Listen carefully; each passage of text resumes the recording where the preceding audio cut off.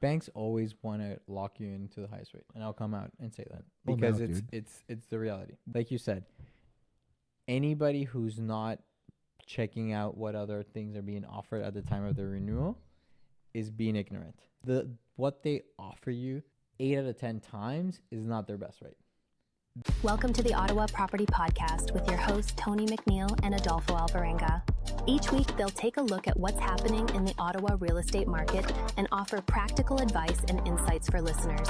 From market updates to success stories, they cover it all. Whether you're a first-time homebuyer, a seasoned investor, or just curious about the property landscape in Canada's capital, they've got you covered. Sit back, get comfortable, and let's get into it. Get cozy. Welcome back to another episode of the Ottawa Property Podcast, Season 2. Season back 2. from summer hiatus. Yeah, there we go. Season 2. My name is Tony McNeil. I'm a realtor based here in Ottawa, Canada, joined always by my co-host, Adolfo Alvarenga, Level 2 mortgage agent with referral mortgages here in Ottawa as well. And we're happy to be back. We missed you guys. I hope you missed us too. If you've never followed along in your first episode, every week we're just kind of chatting about what we're seeing in our local market here, things you should be aware of whether you're buying or selling a home, and some rants, some roars, that type of BS that we tend to get along with. But that being said, Adolfo, what's up, man? How was your summer? Summer was great. Still enjoying it as much as we can. It's cold today, before the snow comes. Yeah, it's back to sweater weather. Sweater right? weather. Just complimented Tony and his shirt. I've been waiting all summer to wear this. It's green, nice tone. Blending into You the blend couch. into the couch. I was gonna say, but it's great. Summer was great, man. Like honestly, had family over, biked a lot, and I think that was so refreshing. That way, still worked, but Adolfo off camera is Also trying to enjoy get me to get into the biking cycling. it's cycling. It's so, I swear by it. Are the It's shoes so comfortable? peaceful. They look very They're uncomfortable to walk in. uncomfortable as hell. They look like you're walking in uncomfortable like as hell, skates but or something. Honestly, the whole pain of it is worth the time that you're on the saddle riding. Is it easy to clip out of those things? Yeah, like yeah, I would yeah, feel yeah. like I'd be trapped to the It's- pedals, and I'd feel like I would tip over. So it's easy if you with them you have to literally plan ahead. So if you know you're gonna stop in a stop sign, like unclip before you're about to stop. Because Oh if my you gosh. forget about it and you stop, You're you're gonna go following. sideways. Like one way or the other, you're gonna go sideways. I think I So- saw that happen one time. Yeah, and it usually happens to everybody one time. Everybody, 99% of people fall one time. Forgets for sure. Yeah, and they forget, just fall one time because it's not the same. And it just happens. But you have fun. You have so much. It's so much fun. Like Everyone I know in Ottawa is really into this cycling. honestly, thing, Ottawa, we are blessed in Ottawa for the cycling community that we have and the cycling that we have available to us. Like I've gone to Montreal, and there's like a cycling store in Montreal, and we were saying how we were from Ottawa. I was with my sister, and they're like, man, we would love to have like Gatineau Park. Yeah, Gatineau sure, Park. sure, It's sure. like 20 minutes from my place here, and you're there, and it's like it's close for cyclists Monday, Tuesday, Thursday, Friday, the whole day, and Yeah. then Saturday, Sunday, 8 to 12 for it. So it's like you literally just cyclists It's yours, all yeah. the time. The Tour de Gatineau is this weekend. Oh, is it? Yeah. Well, it was Montreal was last weekend. Oh, right on. Yeah. So Okay. yeah, Okay. yeah, it's very it's honestly, and then you can go.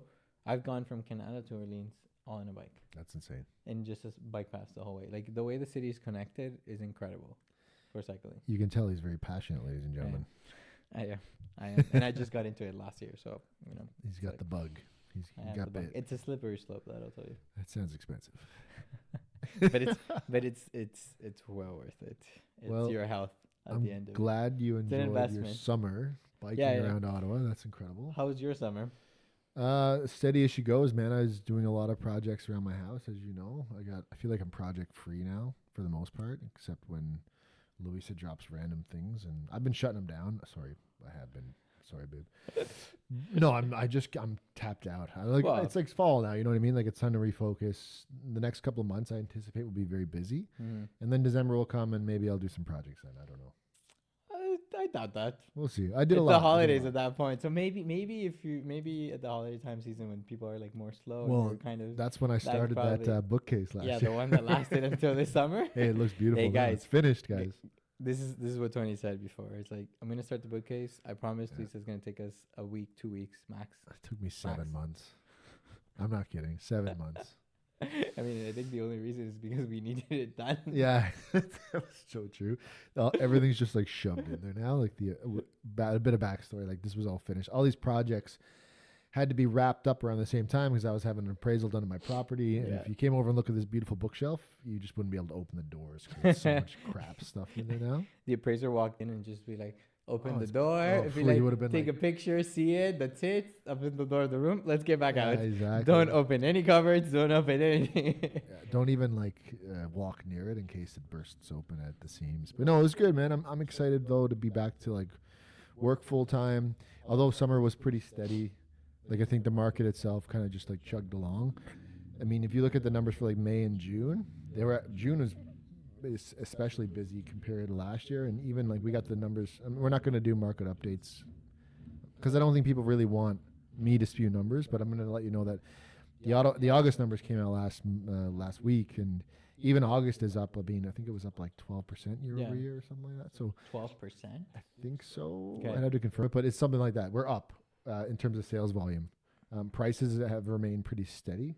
Like detached and townhomes have been a really safe bet year over year. Mm-hmm. They haven't seen a ton of. I mean, I think detached was like 2% year over year. Townhomes was almost 0, I think, year over year in terms of equity growth.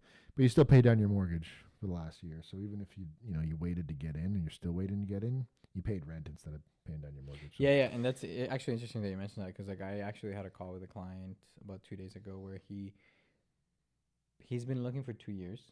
He's been looking for a place in Chelsea. It's very specific of what he wants. He sold during the pandemic, so he had a good down payment for it. So you sold at the peak? He sold at the peak. Good for him. And then he's been renting since then, so it's a good thing, right? And it's just one of those things that like There's a motorcycle in our living room, apparently. basically it's one of those things that like because he's obviously been renting for so long, it's somewhat of a comfort aspect, right? Like he's like, do I want to get into this? Is this actually priced properly, but the location, like that's the biggest thing. So it was like we kind of had a conversation, and I'm like, obviously, like I'm not trying to sleep him to buying or anyway, but it's just more of like, I'm giving you the facts. How much is your rent? Now multiply it times 12, multiply it times 3 years. This is how much it's going to cost you in rent. I think it was around 65 to 68,000, give or take, in terms of rent, right? It's a lot of cash. Yeah. But obviously, like you if you don't have the means to buy, it's a necessity, right?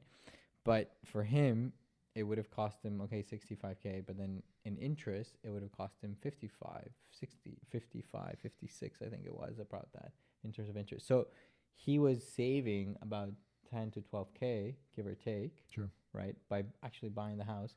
That's just interest alone. I'm not talking about the principal buy down. I'm not talking about anything. Mind you, he does have a bigger down payment than majority of the people would. So I do put that out there and kind of say it. It's not everybody. It's going to be it's not going to be the case for everybody. But it was like you have to weigh your options at that point. Is it the right move? Is it not? Like that's just one factor of the multiple factors in terms of like a home.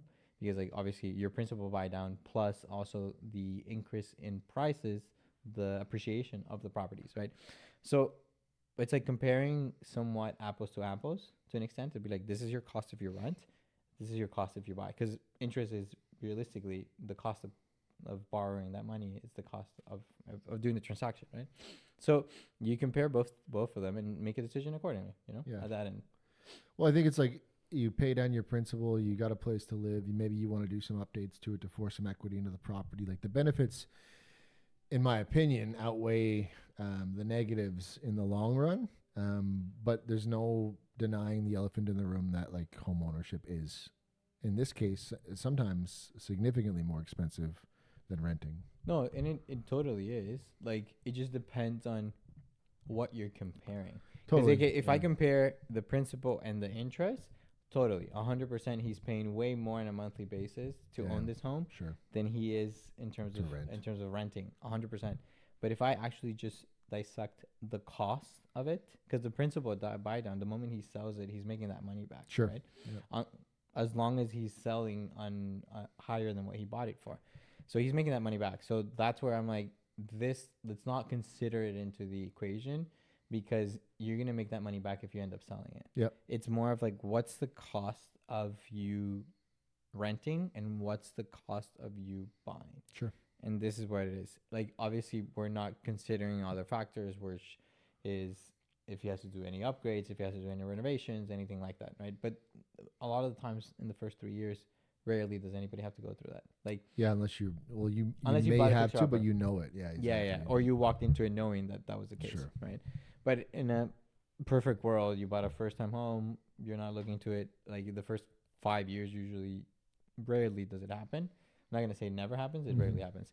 But it's just we compare that, and it's like I don't tell him, hey, do this or do that. I'm just like, these are the facts. Make your decision. You make from the there. decision. Yeah, It's like, it makes sense, right? Yeah. Like these are the pros and cons to each, and Exactly. you do what you're comfortable in doing. exactly. Like It's we like, have a mutual client now, and we just ran numbers for her. Yeah.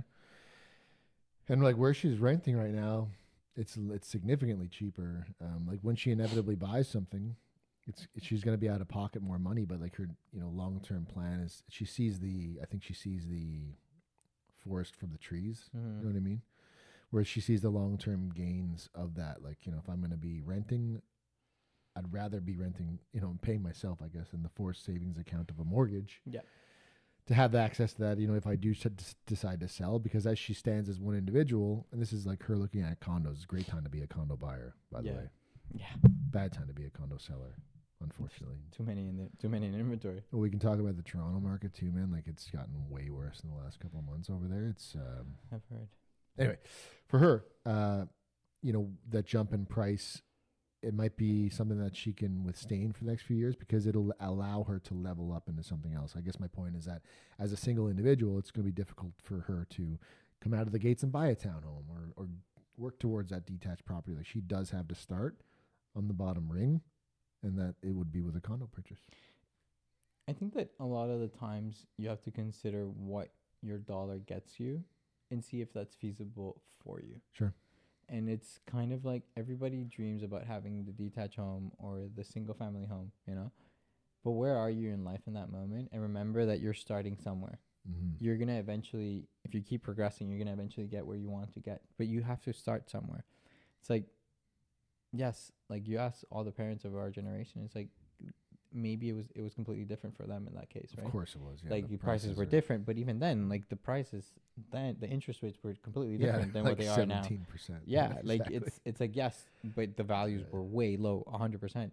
But what I'm kind of getting to is like you have to understand that if you want to get as a single individual, it's very hard right now to get into the market. Yeah. Like it's very very hard.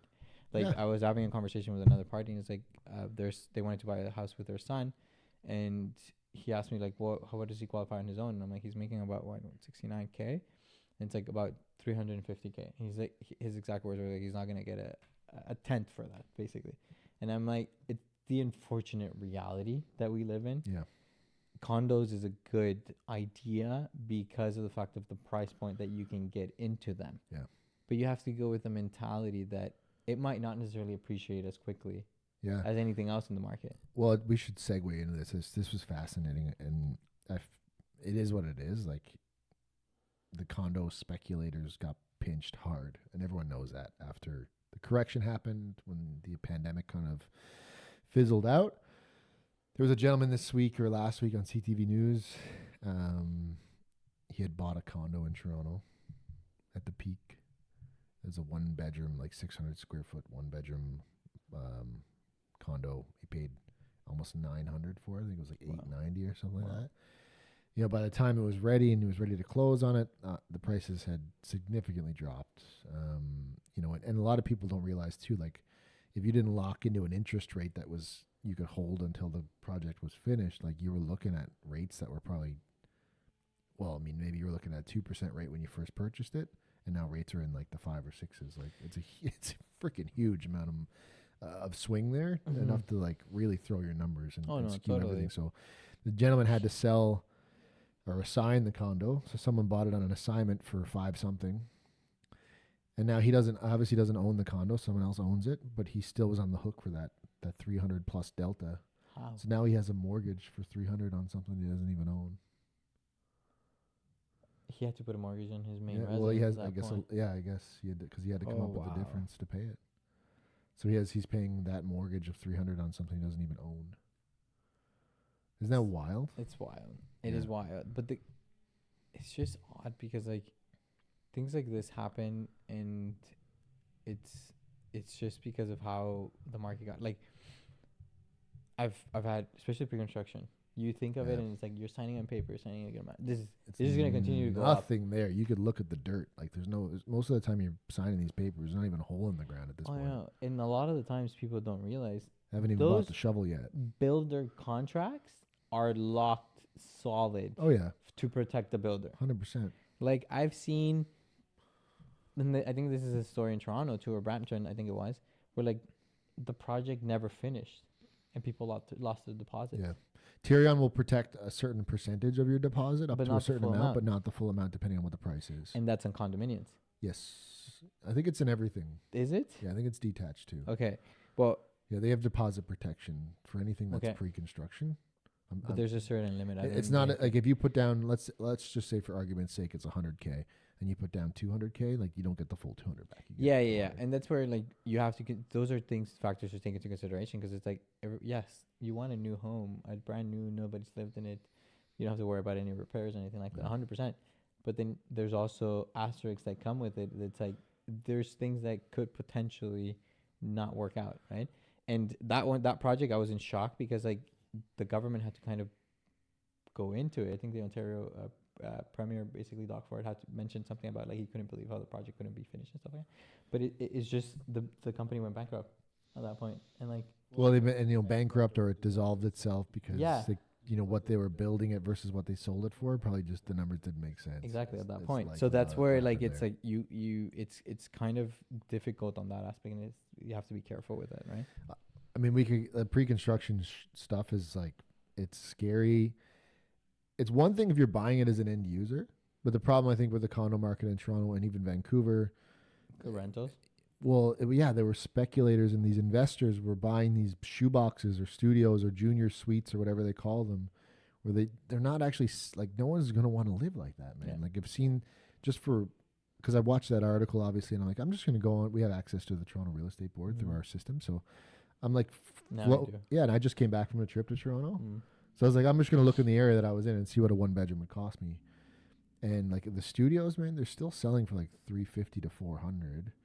But like, I'm talking about the size of this living room, man. Like it's kitchen, bathroom, bed, and that's it. Like you don't, I don't know where you wouldn't be able to cook a meal in it, in my opinion. No, that's wild.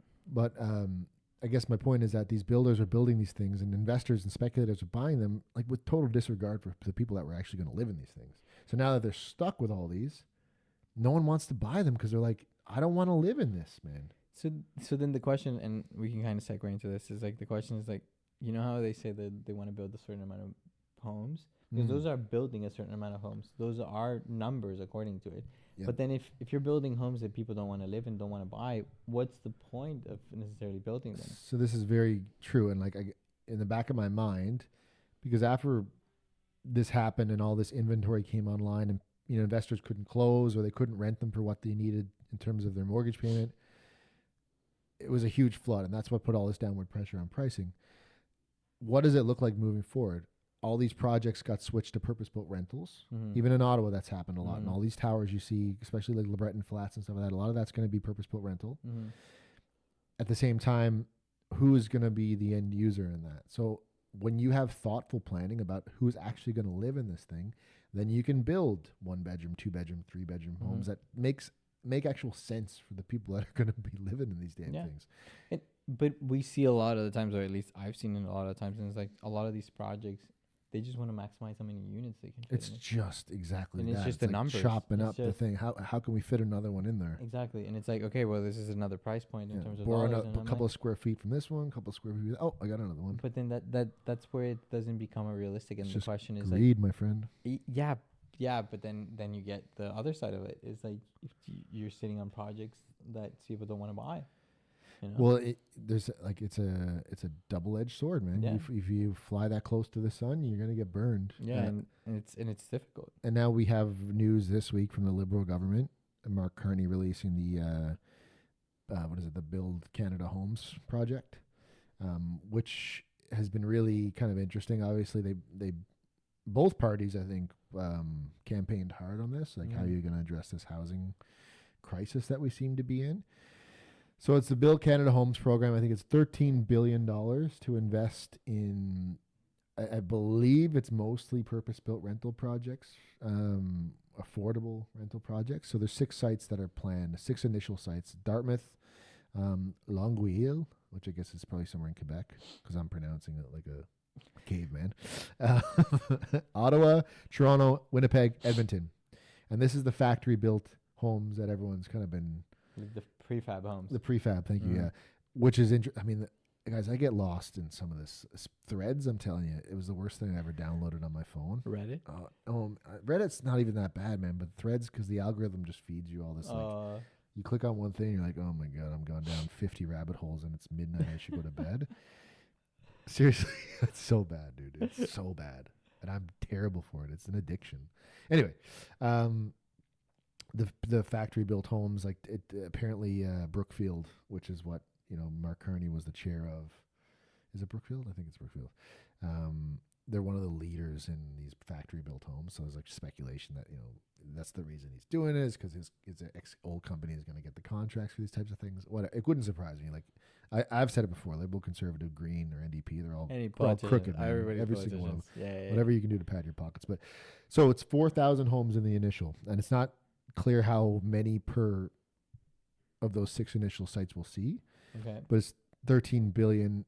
And that's not in those 4,000 homes. I want to make that very, very clear. Yeah. It's kind of what we were talking about a bit off camera. I've read so much clickbaity, rage-baity shit this week about people being like, $13 billion to build 4,000 homes. That's like $3 million a home.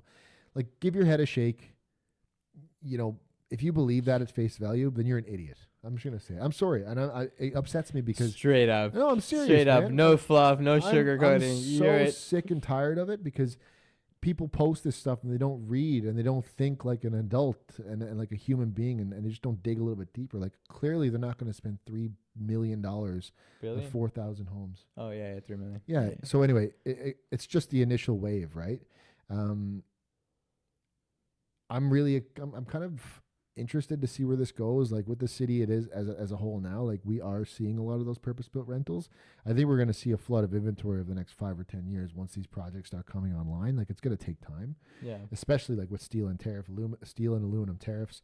Like the cost is like ballooned on these builders, man. And like when Doug Ford even originally ran before he was elected as premier, he wanted like 13 million homes in 10 years or something. I laughed at it back then, but I'm laughing harder now because no one's affording to do this. I know builders are like very selective in what they can do because the numbers just don't make sense. So with these purpose-built rental or prefab homes or whatever the case may be, where they'll put them, I guess it'll probably be federal sites on federal land that they own, which I guess would be the downtown core. Hopefully, kind of our segue point is like, hopefully it is more like 2 and 3 bedroom stuff. Yeah. Because it's what we're going to need. It's what families will need. At least 2 bedrooms, like in that sense. Man, the sprawl is so real in our city, and I get it, right? Like, suburbs are great. Like, no offense. I know everyone's got a time and place in their lives to want to be living there. It's not personally for me. Yeah. I prefer to be in the center city. And that's going to be the future, too. Like, they predict Ottawa's population is going to spike to, like, 1.4 million by 2040. These people are not going to go for, like, maybe some of them will expand in boundaries in Canada and Barrhaven will keep kind of sprawling outwards, but a lot of people are going to want to be in the city because that's where the jobs will be. So expect higher density projects like this. And let's just hope that the developers are smart enough to say 1 bedrooms and studios don't sell. We need families to be in these downtown cores. We talked about this in an episode before the summer about building density, high density buildings in like transit hubs and stuff, and that we just don't see it here. Yeah, and that it should happen more. It should happen more often. Like something, especially with the LRT, is like, okay, put buildings in those locations that are close by, that it's walking distance to everything. It's like, and put facilities that will help. Yeah, what you talked about, with Farm Boy or any groceries that could just be. How did we get on this? We were talking about metros, and then there was like shopping malls in the subway stations. Was that you? Yeah. So we were talking about this, like, because I had just come back from. We saw it. Turkey, right? I was in a trip in Turkey. No, but we saw it in Switzerland. Oh, thank you. Yes. Yeah. We saw it in Switzerland. Where like you got jump out of the metro station, and in the metro station is literally a Yeah. grocery stores everywhere. So it's like you didn't really have to go outside if you didn't want to. It's like, especially in our winter weather, sometimes you don't want to go outside, and it's just like, No, okay, no, no. jump off into the metro, okay, down, you're there. Super smart. And it happens, but like it's like, okay, the density has to be there. The project, whoever analyzes the projects and basically says like, okay, what are we doing? Okay, what are we bringing into this, so that it can also help bring people into it, right? I promise you, man, is if the city plans on growing like it is, or like it does, there's no choice. Like if you continue with the sprawl, the congestion on the roads will get worse. Commute times are going to be, worse than they already are. The provincial and municipal workers have already been called back 5 days a week in office. Yeah. Maybe the feds are next. We don't. It's hard to say. They're a little bit more complicated given the geography of some of these teams. Mm-hmm. But I guess my point is that if the city's going to grow, it's going to have to grow from within. Oh no. The NIMBYism has got to go. There's going to be bigger buildings. There's just no choice. There's nowhere to put all these people except up. I mean, we've seen other regions of the city also spread into Richmond, Campbell. 100%. I'm sure the there'll be suburbs. there's going to be big investment in Greeley and Findlay Creek. Like I Yeah. think if I was an investor or I was a end user, like I'm looking at those areas because I think it's undervalued right now. Yeah. And I think it's in terms of proximity to the city, like it could really be the next Barrhaven. Yeah, of course. I think if you don't like, there's not much out there right now, but all that will come. To my point though, like there's only so much sprawl if all the jobs are central downtown because the Yeah. commutes will be atrocious and people won't want to do it. And we don't have the system, basically the Yeah, transit system. And system's that way. not there. No. Yeah. No. But it's a really interesting. I'd love to know what people think in the comments. Like, do you agree with us? I personally find it hard to disagree with us, but if you do, like, let me know. I honestly would love to hear it. I think I had a conversation with a new set of clients. We're looking at stuff like it's kind of like Canada and Nepean area that we're looking, like inside the Greenbelt for sure. And that's what their whole mindset is like they're fortunate enough to be able to afford a townhome. Mm-hmm. And they're like, well, we got a chance to do this now because in 10 years from now, if we're to wait, like we don't really foresee us affording this. It'll probably be a condo instead because there's only a finite amount of land. But and the other thing too is like your prices of homes and prices of projects, everything is increasing Mm-hmm. drastically, but then the incomes are not necessarily increasing at the same speed. Sure. And we've seen this throughout the years. Oh my gosh, yeah. You Like- look at from like the 50s, 60s to Yeah. now and watch the outpace of both of those numbers. It's hard to say, guys. I don't know. It's grim. It's grim. God. What a depressing start to the second season. Well, I mean, on good news, the Bank of Canada dropped the rate. Hey, see what he did there, folks. Hey, Look at him. switch it up. I like switch that. it Yeah, up. it's a good call. It's a Positivity. good call. 0.25. Yeah, I think it's welcomed. I mean, the feds in the U.S. did the same thing, and there's obviously a bigger population size down there, so it's easy to extract data very quickly. But I was reading something that in the U.S. mortgage applications are up 30% since that rate announcement. So people are like waiting for this to happen. Like rates have been a little bit lower here, I will say, like Compared to the U.S., yeah. Yeah, they've been higher than us for a long time because I think they were late to kind of correct from some of the pandemic economy stuff. We had a better time weathering that. We brought inflation down quicker, and I think it just took them a lot longer to get it in check. They're But a we bigger s- population amount, though. And Yeah. But either way, I mean, our home prices are arguably much higher than the majority of U.S. cities too. So True. it's all kind of comparable at the end of the day. But yeah, decrease. What do you like? Good or bad? I don't know, man. Because it sounds like the job and unemployment rates are up like it's like 13% or something. Yeah. And I think that was one of the main pushers that caused the Bank of Canada to drop the rate. Like, Yeah. because inflation is holding steady to an extent. Yeah, with the exception of probably like housing and food, I guess. Yeah. If you core inflation is basically Yeah. what's holding steady. Like it's actually where they want it to be. So I think that was, and then all the unemployment. That's probably why they dropped rates. Everybody's asking like, do you think they're going to drop again afterwards? And I'm like, it's kind of hard to say. Like they've done what 3 drops this year. This is the first one since March. Yeah, so it's 0.75 that they dropped though. Yeah. And people are speculating at least 1 or 2 more before the end of the Well, year. they at the beginning of the year when we were speculating like almost like we were gonna drop like a point and a half. Yeah, it was a full point. I'm sure we said our 0.25. We should go back and we won't do this, but we should go back and We listen always to say this. this. We always We're say not this. gonna do it. But it's interesting because like no matter how many times I feel that everybody's like, oh, the rates dropped. It means my fixed rate dropped. Yeah, of course. And And we were just looking at Always get this. Uh, Yeah. even I was a little bit ignorant this morning because I said to Adolfo, I'm like, are the rates obviously came down with the 0.25, and I know it's variable. I know the difference. Don't get me wrong, but I had heard that bonds were reacting in the same way, but you had showed me the opposite. No, it actually, because of the uncertainty, because of the announcement and everything, bonds actually didn't skyrocket, but they just did like, and they like tend to do this, but not by a lot, but enough that you kind of say like, it's not going to drop necessarily the same way that the variable is going to drop. So let me So ask it's you just going this. to stay consistently in that point. If I'm was listening to this right now and I'm wanting to know, like, in a very easy mortgage scenario, like good income, good credit, Minimal down payment. minimal down payment, what does my variable rate look like versus a fixed rate if I was going to pick one today? So What's your best let me rates? get you the variable rate. Give me your best rates, man. You're telling me 399 is still around on the fixed? So they're almost the same, if I'm honest. Okay. See, So that's good to know. Fix is around, so if it's insured, which is minimal down payment, fix is anywhere between 3.64 to 3.8, give or take, depending what you're getting, depending with 3.64, what banks, yeah. depending on institutions, like everybody's different, right? Yeah, Like sure.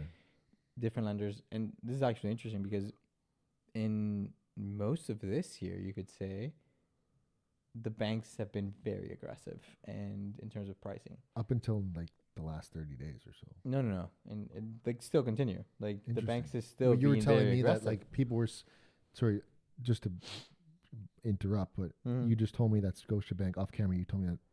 Sorry, Scotiabank. You told me that the red one is they had like pulled a promo or something because they were too busy.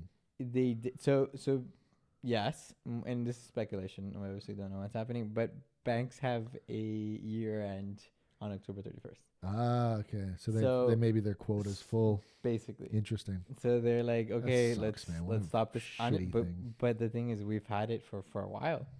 Like I think what was it, mid-August? I think it came in around there, and it's like 3.64 for insured and 3.99 for conventional, and like obviously like you always get like some banks will try to do more, sometimes will do less. Like I had a client who, and I always tell these clients at the beginning, I'm like, this is what's gonna happen. Your bank's gonna come at the 9th hour, and this and that. But the question is, what do you appreciate more? Sure. Somebody that's in your back corner, somebody that will guide you through the whole process, This basically guy. make it as This seamless guy. as possible for you, or do you prefer the Call him rate? at 3 a.m. He'll answer everybody. Maybe depends.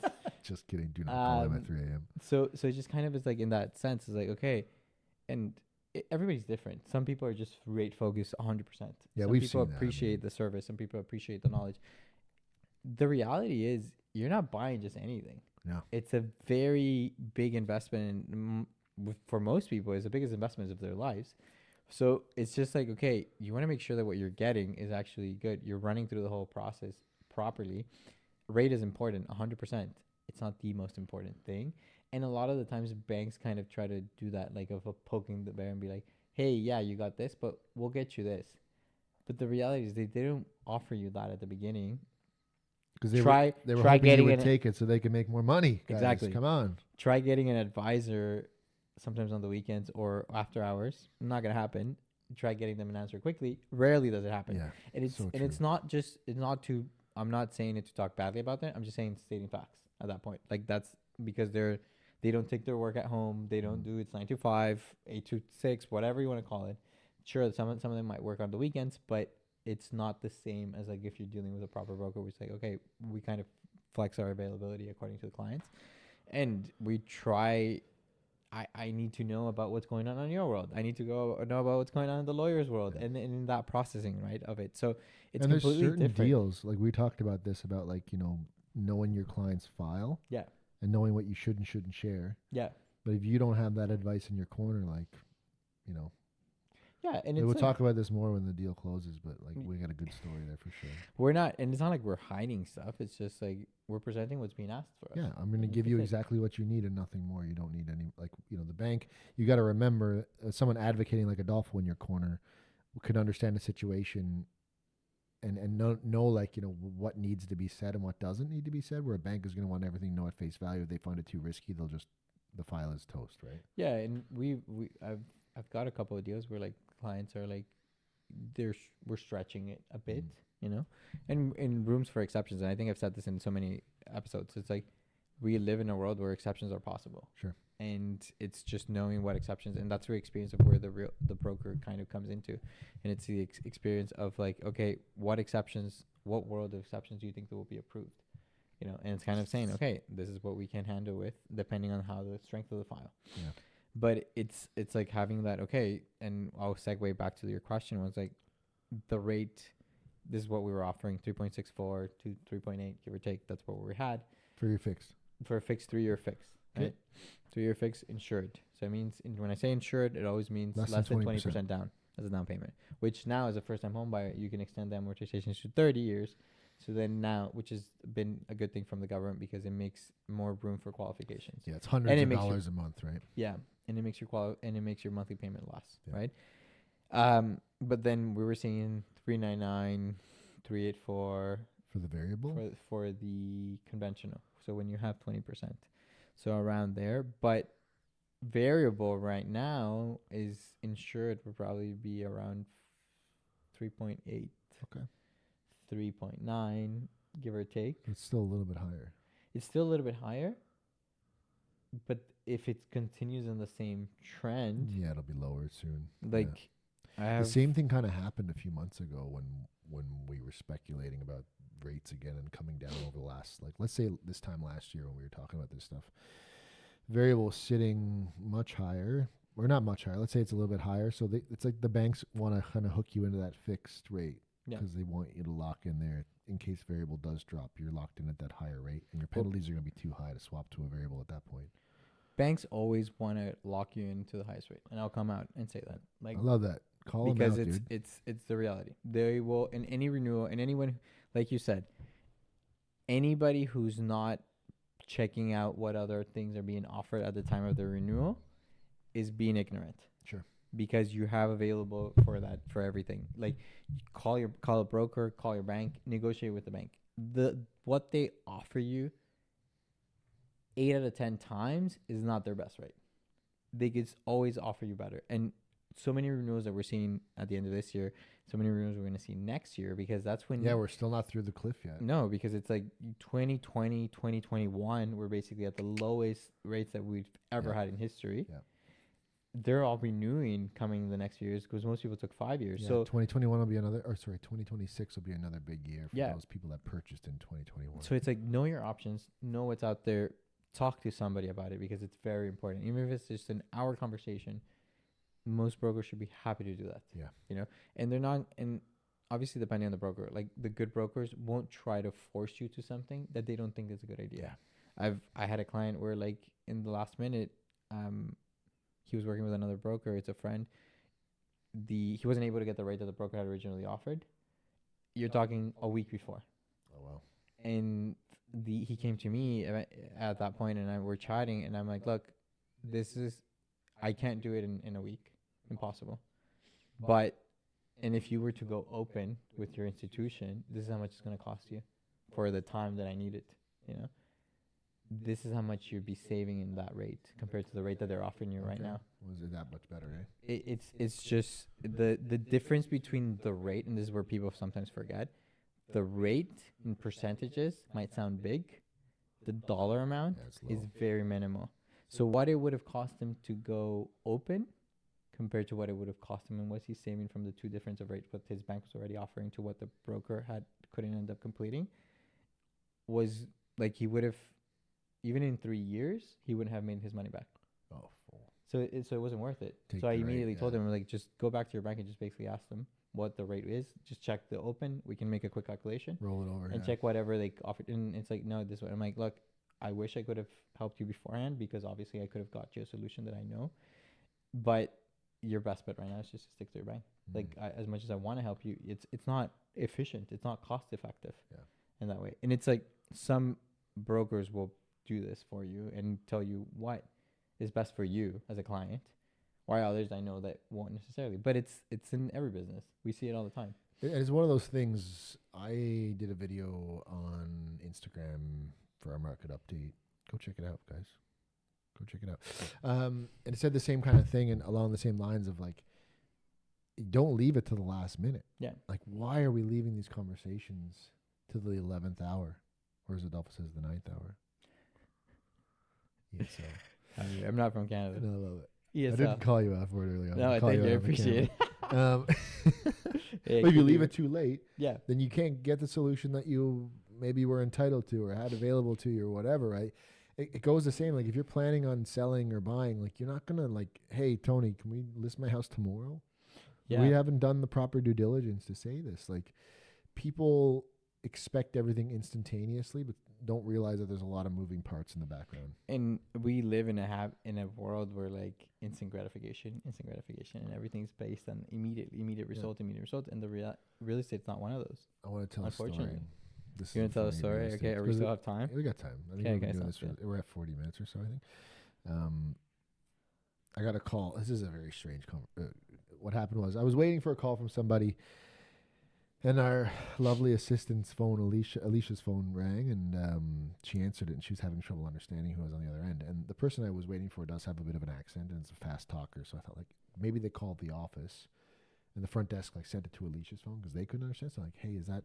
I was like, just give me the phone, because she couldn't understand what she was saying. I pick up the phone. It's this lady that had spoken to a team member who's no longer with us. This is probably spoken to 3 years ago. Okay. And had this email from our old colleague, who's no longer in the industry, by the way. Still amazing guy. Gonna have pizza with him next week, I think. But yeah, he's incredible. Yeah, he's the best. Anyway, so I'm talking to her. I'm trying to figure out what she's looking for. And she's like, he keeps repeating his name. I'm like, no, he doesn't. He's not in the industry. Like, he doesn't sell real estate, but I can help you. Like, just tell me what you need. Mm-hmm. And she goes on to say, like, she has a property that he did an appraisal for at one point 3 years ago. And I said, okay, what's the address? And, she gets me the address, and then she forwards me the email from the old agent. And I can see, what he gave her like a CMA and gave her a value. And I'm like, okay, so I'm like, are you just looking for like an updated price? She says, yeah. And I'm like, oh, perfect. Like, no, I can do that for you. It's no problem. And I'm, this is the funniest part. I was like, because she'd caught me in the middle of the day. Like, I had things. Mm-hmm. I wasn't just like sitting around waiting for the phone, Alicia's phone to ring, if anything. But I was like, okay, like, give me until the end of the day, and I'll give you a rough price. Mm-hmm. I'm like, it won't be perfect because I haven't been to your home. Mm-hmm. I don't know what the condition is, but I'll put a ballpark together for you. And she was like, well, you can't just give it to me over the phone now? And I kind of chuckled. I said, no, like, it's not that easy. Like, I got to look around at what's sold. And she said, well, I gave you the 3 properties that he sent me. I'm like, yeah, but these are 3 years old. Like, they're not comparables anymore. They're not recent. Not even. Yeah. They might as well be a lifetime ago. Well, even in terms of appraisals, they only usually use 6 months Sure, of history. Man. Yeah, like we as realtors will use a year, sometimes more if the property is very unique. Yeah. But for the most part, 6 to 12 months is like the most that we'll do because it's got to be accurate and updated and as much as possible to what current conditions are going on. Absolutely. Okay, but continue. So, Sorry. no, it's a really good point. I appreciate that. Anyway, eventually I told her, like, she was very demanding, very nice, but very demanding. You got to have a lot of patience in this game. But I got her off the phone by saying, okay, fine, I'll look at it now. I'll get it over to you in the next 30 minutes. It was the only way. Okay, fine, 30 minutes. So I guess I'll allow that. So I got to work. I put together a quick CMA, and I put a big disclaimer in there, being like, I have not been to your property. These numbers are subject to change. This is just a rough idea based on these like 3 or 4 sales that I had pulled. And then she called me back instantly because I gave her a price range. Hold on, were you under? Well, yeah, because like the appraisal that she had got last was like summer of 2022. Oh wow, yeah. So like some of the correction had started to happen. Yeah, but not fully. But it hadn't fully corrected, right? And Ottawa was, anyone who's listening outside the city, like Toronto and the GTA and surrounding areas, it happened quicker there than it happened here. Yeah, it was a bit of a lag because it's like whatever that couple of months is, like it seems to hit Toronto with anything, and we get it a few months later here in Ottawa. So the price, let's just say for argument's sake, was like $700,000 to $800,000. And my price was about, it was almost, it was 50 to 100K under that. So she called and said, like, well, what do you mean it can't be worth less? And I said, well, I had to explain that, that was the pandemic. Prices were at record highs. We've seen a large correction since then. Although the market is rebounding well, and detached homes are going up year over year. Just like it doesn't, the price, it can't justify it. And it's the hardest conversation to have because I could tell she was upset. Yeah. And I don't know what she has going on. Yeah. Like she could really need this. Like she may need to sell for some pretty serious reasons, right? But I just said to her, like, I don't like giving this news, but I'm not doing you any favors by telling you I can get you $1 million, and then 3 months from now just start beating you up on the price to try to get you down because the house isn't selling at that price. Like I have done that a couple of times in my career, whether it be naivety as a young agent, or just you sometimes you make mistakes. But I try my best not to do that anymore because it doesn't do the client any good. And then it makes the whole relationship and process. Yeah, it sours, man. I'm telling you. So have those hard conversations up front. Like inevitably she came around to it and we talked it through and it was well received at the end. I don't know if we're going to get the listing or not, but it's been a couple of times, man, that you have those hard conversations because people just aren't in tune with what's going on. I think we saw that a lot spring and last year, and we're still seeing it now. So like people still aren't up to date on what's going on. And it goes back to what you're saying. If you're not having the conversation now, you got to have it 3 weeks ago. Like you're already late if you're thinking about it. Like reach out now. You got to be having these conversations today. And it's like, try to have it with the professionals that are not necessarily focused on the sale. Yeah, it's somebody you trust. Somebody you trust, somebody that see the reviews, see everything. Yeah. And like even reviews sometimes can be glorified reviews from chatbots and stuff like that. But what I'm saying is like, just make sure that who you trust is actually trustworthy. They're looking for your best interest. Like that's it. Like, be it Tony, be it another agent, be it myself, be it another broker. Like just make sure that they're looking for your best interest, because at the end of the day, that will make or break the relationship. Make or break the relationship and save you time. Yeah. And potentially money too, right? If you miss the mark, if you're high out of the gates, you could be setting yourself up for a really bad offer in the future. You might be leaving money on the table, whereas opposed to you pricing right and sharply right from the get-go, it could be a home run if you do it right. Yeah. And, right? and the market's moving. Like we've seen it through the whole summer. Even the market's still moving. People are saying like, oh, it's going to be slow. It's like, it's not multiple slow. offers earlier this week, man. And it's like, even sometimes with you got it, sick. So your beers are on you next time. That's very true. I owe him steak dinner too. I'm racking up the debts. I owe him a couple of dinners, yeah, for sure. But like, it's just like those things. Like they're still moving. Like the market, you might not hear it in the news and stuff like that because like obviously they don't want to put that as propaganda. But like I've seen unconditional offers. I've seen multiple offers. I've seen like people losing out on homes that could have been perfect. But it's what we've been saying for the full year. If it's priced right, if it shows well, it will sell. It will sell. And I'm going to get that tattooed on my forehead, I think. And it's just one of those things. Like if you start high and then are going to start going down, it's any sales tactic. Yeah. The moment you start dropping prices, like, okay, well, there's a little bit of room to squeeze you out more. And it's the sad reality of people just always want to bargain and always want a deal. I know we're running over, but I'll just say like it happened exactly this week again to me, where we were through a property, self and Leonardo, and we gave it our opinion of value, and then we gave a second opinion of value based on renovations and investment back into the property. They'd already done a lot of work there, so they didn't want to reinvest more money into the property. Like, they had done things and it wasn't as perfect as it could have been. So we, in our opinion, needed to be fixed to get the price that they were looking for.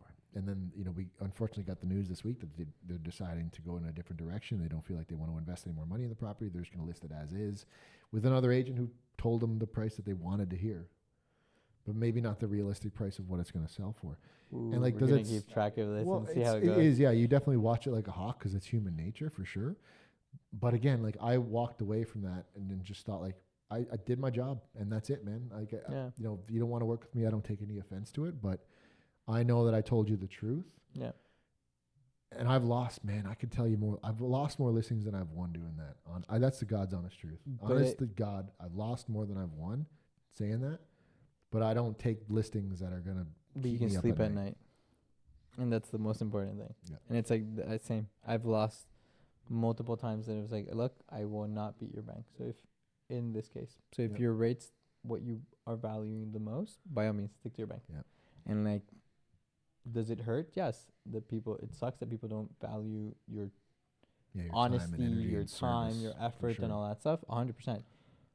But then you know that you did the right thing, and that's more valuable. And that's it, man. Yeah. And you know, whatever happens.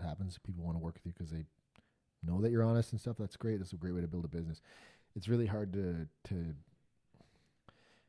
I get it from both perspectives. Totally. As a consumer, you want to be able to get the most money, but you know, just because something's packaged really nicely and nice and shiny and they're telling you exactly what you want to hear, it doesn't mean it's true. I mean, at the end of the day, people pay for services all the time. You just don't see it as you're paying for that service at the end of it. And it's just, that's where like it boggles me that it's like, you're not seeing that as like, this is a service, this is a price for the service, you know, and it is what it is. It's unfortunate, but you're getting so much more out of it, right? Well, and that's so, it. But that being said, we've been going on for a bit here. It feels good to be back. I know we got a lot to talk about. So we're going to keep it going next week, obviously. So please come back. Let us know that you're here. Subscribe. I didn't say that. I got to get better at that. Like it, man. Hit the damn like button. Comment. Let us know what you want to talk. Just say like, hey, guys. Great You're episode. Full of it. If hey, you guys. Yeah, you guys suck. I don't care. We'll read it and we'll respond. But we appreciate it. It's good to be back. Next week we'll be back with even more. We're going to try to switch up the format a little bit as we kind of get into this again. And if you have any feedback on that, anything you'd like us to talk about, or anything you think would be worthy of the show, drop us a comment. Find us on Instagram, or you can use the links in the description to book a meeting with either of us or both of us. We're happy to do that and chat through your situation. Totally. Have Cheers. a good one. Have a great weekend. Enjoy your weekend. Bye.